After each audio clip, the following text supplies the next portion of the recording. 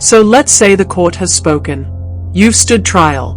Perhaps you were accused of dancing too enthusiastically on a feast day, or maybe your neighbor said your cat blinked at him with unclean intentions. The judge, half blind and three-quarters drunk, slammed his fist on the bench and declared you guilty. Now comes the part medieval society truly excelled at: punishment. This wasn't some footnote to the legal process.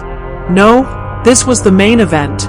The consequences were often so bizarre, so disproportionate, and so creatively horrifying that one might reasonably suspect the punishment was invented before the crime. The medieval punishment system was essentially an improvisational art form, blending violence, humiliation, theology, and occasionally farm animals. It wasn't about reform. Rehabilitation wasn't even a word yet. Punishment existed to make an example, to cleanse the soul, and above all, to entertain the public. Justice was a one-man show performed in the village square, starring your bruised dignity and a goat that refused to move. Let's start with a classic: the stocks. A simple device, really, a wooden frame with holes for your hands and head, set up in a public place. You'd sit there for hours, exposed to the elements, while passers-by threw vegetables, insults, and whatever else they had on hand. Kids poked you with sticks. Drunks shouted poetry. Occasionally, someone would steal your shoes even though you weren't wearing any.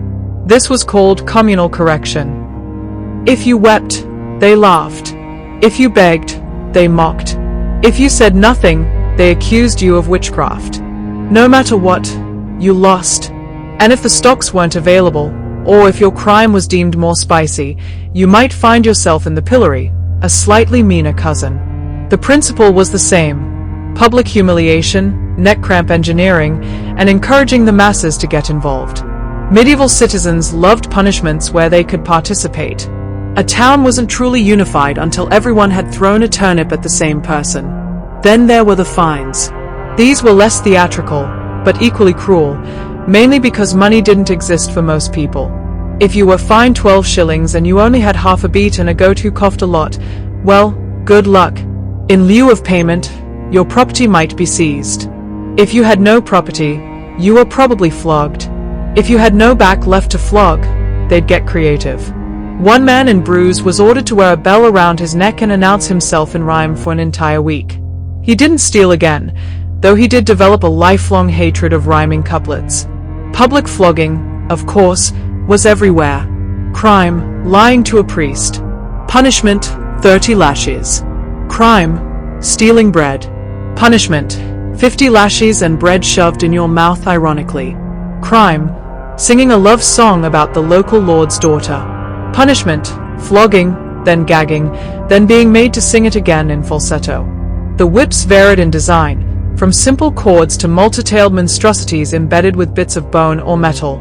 Some towns had designated floggers. These were considered good jobs, especially if you had long arms and no empathy. Some punishments were designed for pure visual drama.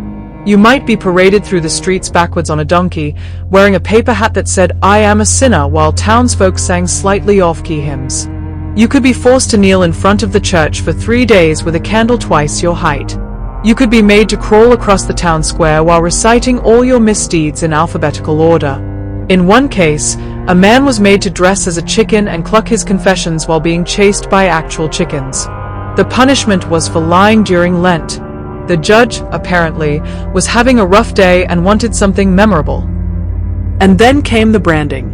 This was a favorite punishment for repeat offenders and anyone the court wanted to permanently label. A hot iron, shaped like a letter, T for thief, F for forger, H for heretic, was pressed to your skin, usually on the cheek, forehead, or hand. It hurt. It scarred. And it ensured everyone who saw you afterward would know what you'd done, or at least what someone said you did during a trial where Latin was shouted and evidence involved a suspicious pigeon. Mutilation was another tool in the medieval toolbox.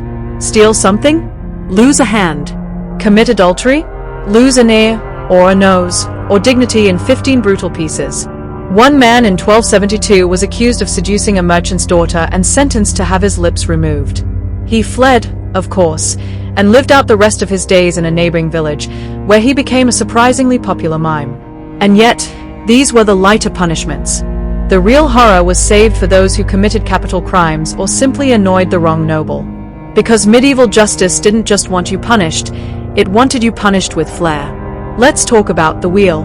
A massive wooden cartwheel, where the accused was tied and then had every limb methodically broken by a hammer-wielding man with a song in his heart.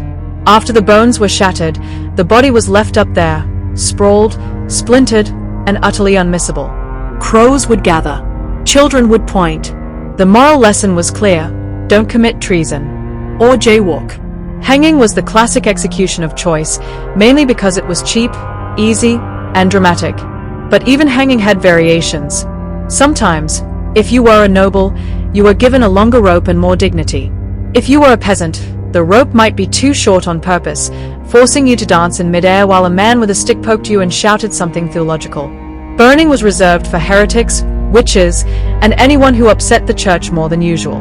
The fire was meant to purify your soul, because nothing screams mercy like combustion. People gathered to watch, of course. Vendors sold roast meat, awkward.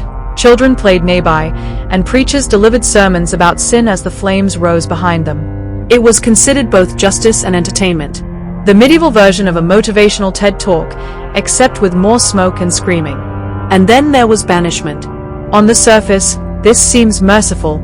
You're not whipped or burned, you're simply told to leave and never return. But in a world with no ID cards, no banks, and wolves that considered human legs a delicacy, banishment was often a slower form of execution. You wandered until you found a town that hadn't heard of your scandal, or until your feet gave out and you collapsed in a poetic heap beneath a tree. Some people thrived in exile, of course. Others were hunted like deer with backstories. Occasionally, punishments were bizarre enough to qualify as performance art. One man was sentenced to walk backward through 5 towns wearing nothing but a sheet and loudly declare, every 10 steps, that he knew not the ways of virtue. Another was forced to sing a song about sheep each morning for a month after being caught impersonating a shepherd to seduce women. Apparently, the sheep were unimpressed. Punishments didn't always come from the state. Villages had their own customs. Some towns made adulterers wear a hollow log around their necks filled with bees. Some made thieves walk in circles while everyone shouted their sins. In one French village, people who failed to pay debts were dressed in pigskins and made to race actual pigs while the mayor judged their style. Of course, some punishments weren't formal at all. Mob justice was alive and well. If the legal system was too slow, or the accused too smug, a mob might take matters into their own hands. Tar and feathers, dunking in rivers, tying someone to a wagon and letting the road decide. It wasn't justice in the legal sense, but it made a point. And in the Middle Ages, making a point was often the only thing people really wanted. In theory, punishments were proportional. In practice, they were chaos in fancy shoes. A woman might be fined for gossiping, while another was whipped for sneezing too loudly near a relic. A merchant might lose a hand for counterfeiting, while a noble might get a gentle warning for murder, along with a fresh muffin and a nod of approval. So why did people endure this? Why didn't they revolt every time someone was sentenced to wear a chicken hat and march through the rain singing hymns in falsetto? Because punishment, however ridiculous, created order. It showed that rules existed, even if those rules were mad. It scared the children. It made the elderly feel wise. It gave people something to talk about. And in a world full of plagues, wars, and existential dread, at least punishments were predictable. Awful, yes, but at least everyone got to throw a cabbage now and then. So the next time you see someone get fined for jaywalking or sent to traffic school for bad parking, be thankful. At least you don't have to wear a hat made of moss and explain your mistakes to a goat while 50 villagers chant your name and the local monk plays the lute badly. Unless, of course, you're into that.